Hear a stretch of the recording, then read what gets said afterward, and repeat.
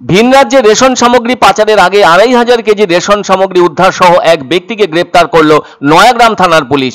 রবিবার বিকেলে ঘটনাটি ঘটেছে ঝাড়গ্রাম জেলার নয়াগ্রাম থানার অন্তর্গত বাংলা ও ওড়িশার সীমান্ত লাগোয়া চুনখলিয়া নাকা পয়েন্টে। পুলিশ সূত্রে জানা গেছে, ধৃত অভিযুক্ত ব্যক্তির নাম অশোক খামরি।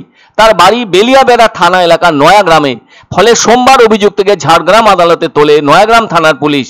পুলিশ সূত্রে আরও জানা গেছে, রবিবার বিকেলে একটি পিকআপ ভ্যানে ২৫০০ কেজি রেশন সামগ্রী নিয়ে বেলিয়াবেড়া থানার রানটুয়া এলাকা থেকে গোপীবল্লভপুর নয়াগ্রাম হয়ে ওড়িশা রাজ্যে যাওয়ার সময় নয়াগ্রাম থানার চুনখলিয়া এলাকায় পুলিশের নাকা চেকিংয়ে পিকআপ ভ্যানটিকে সন্দেহ হওয়ায় আটক করে পুলিশ।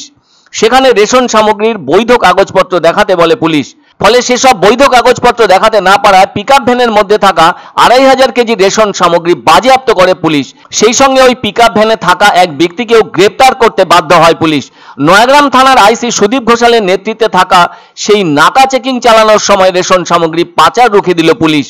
নয়াগ্রাম থানার পুলিশ তদন্ত করে জানতে পারে, বেলিয়াবেড়া থানা এলাকার এক ব্যক্তি বিভিন্ন রেশন দোকান থেকে রেশন সামগ্রী সংগ্রহ করে সেসব ওড়িশা রাজ্যে পাঠাচ্ছিল।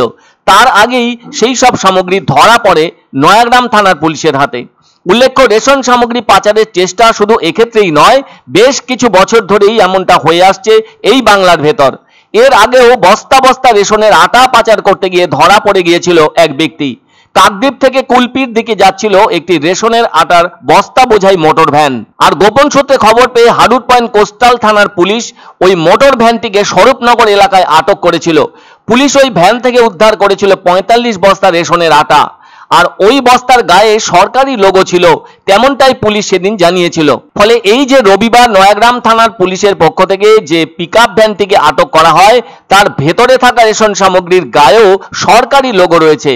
তাহলে সকলে প্রশ্ন তুলেছেন, এই যে প্রত্যেক মাসে এত মানুষের জন্য সরকার থেকে বিনামূল্যে রেশন সরবরাহ করা হয়ে থাকছে, তাহলে সেই সব রেশন সামগ্রীগুলো রেশন ডিলার অন্য কায়দায় বাইরের কোনো লোকের কাছে কি বিক্রি করে দিচ্ছেন, নাকি যারা গ্রাহক তারা রেশনের চাল আটা না খেয়ে সেগুলো একটা দামে বিক্রি করে থাকছেন?